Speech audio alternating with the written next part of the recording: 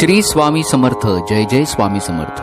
श्री स्वामी समर्थ अष्टोत्तर शतनामावली.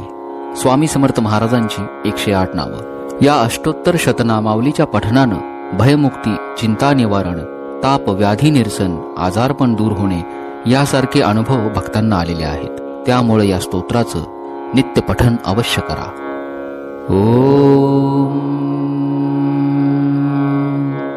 ओम स्वामी राजाय नमः. ओम स्वामी समर्थाय नमः. ओम सर्वज्ञाय नमः. ओम परमात्मने नमः. ओम अव्यक्ताय नमः. ओम स्वयं प्रकाशाय नमः. ओम अनंताय नमः. ओम निराकाराय नमः. ओम त्रिगुणात्मकाय नमः.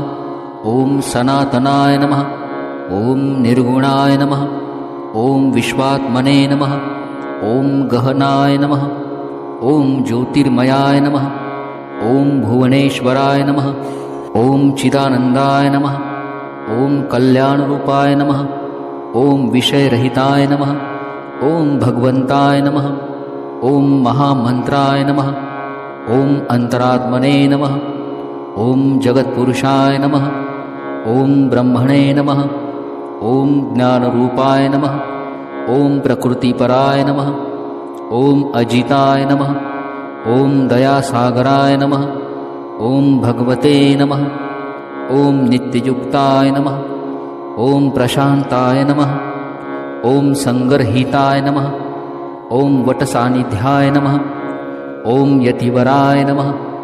ओम महाकायाय नमः. ओम सुलक्षणाय नमः. ओम पूर्णाय नमः. ओम अगोचराय नमः. ओम नियमाय नमः. ओम पुण्यवर्धनाय नमः. ओम शुचिर्भूताय नमः. ओम ब्रह्मरूपाय नमः. ओम कर्माध्यक्षाय नमः. ओम संसारतमनाशनाय नमः. ओम महायोगिने नमः. ओम करुणाकराय नमः. ओम ज्येष्ठाय नमः. ओम पुराणाय नमः. ओम श्रेष्ठ